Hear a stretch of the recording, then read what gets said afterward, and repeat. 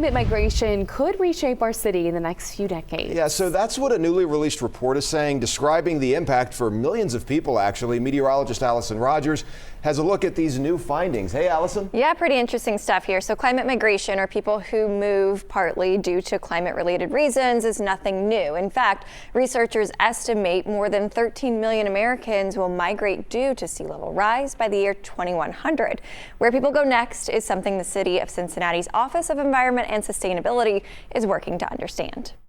We know what Cincinnati has to offer, from our sports, entertainment, and dining. In the future, the Queen City could also offer something you may not have thought of, a place to get out of Mother Nature's way. The Midwest, and Cincinnati specifically, have a lot of opportunity to offer people in other parts of the country that will be affected by climate hazards, such as sea level rise, wildfires, drought, extreme heat.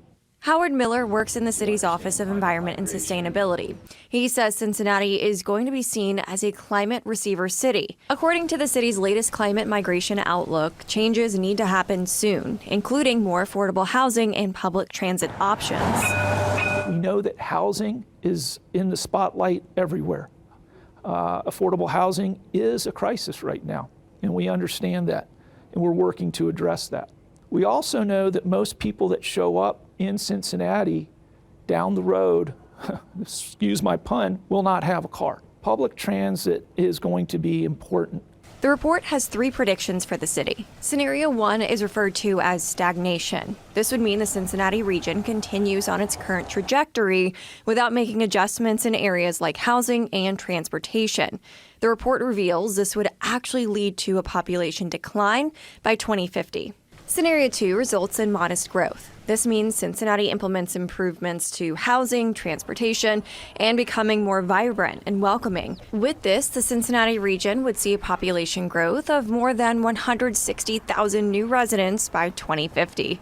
The final scenario is considered a high migration influx. With intensified climate migration, Greater Cincinnati would see more than 500,000 new residents by 2050. According to the report, this would put Cincinnati at the forefront of climate resilience and inclusive urban growth. But when you look out at 2050 and beyond, I think we're going to be on a trajectory at some point to be at the high receiving city. In doing so, Miller also stresses the importance of balancing current residents with potential new. We don't want our existing residents to feel insecure about climate migrants coming to the city.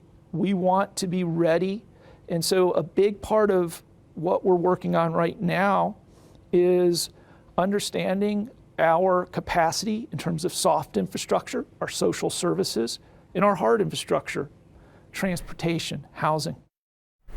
So in short, if we played it right, we could see our population grow by more than 20% in the next 24 years. As the report puts it, do we passively absorb consequences of these shifts, or do we proactively prepare? If you want to see that full report, we will have a link on our website, WLWT.com. Allison Rogers, WLWT News 5.